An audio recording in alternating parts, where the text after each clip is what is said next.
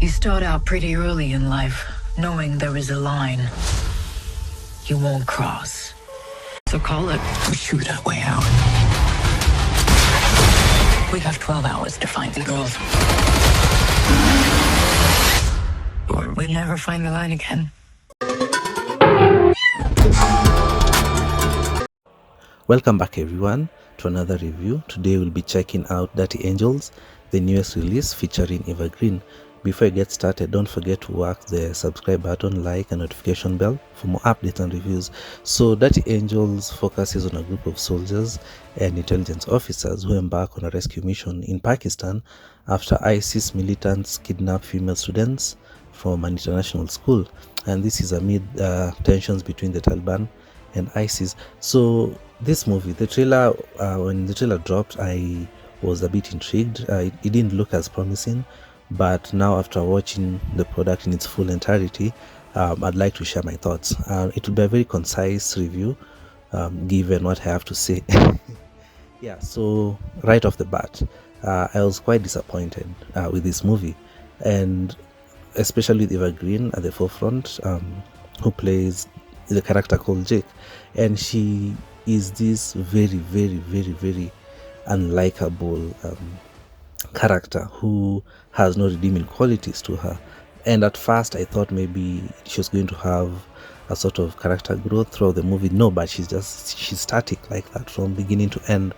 And she has one of the worst American accents ever done by a British national.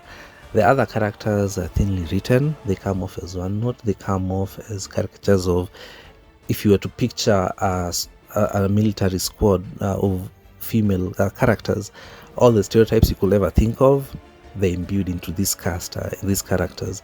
Therefore, they don't offer anything that keeps you engaged, or it doesn't leave you, giving much of a shit for any of them. Yeah, and I'll go as far as to say that all of them have the acting capabilities of a block of cheese. Yeah, so but there was secondary characters who I wish were the forefront of this movie, or who would get more screen time. They do have substantial screen time, and they're the best aspect of this movie, to be honest, because even the action itself is not that engaging as well. And the action is shot in this erratic manner with really awful CGI.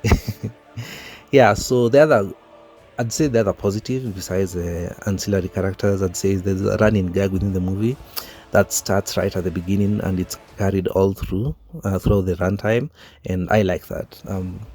Besides that, I didn't like anything else. Hang on, the villain was okay. He was a bit cookie cutter, Pakistani terrorist.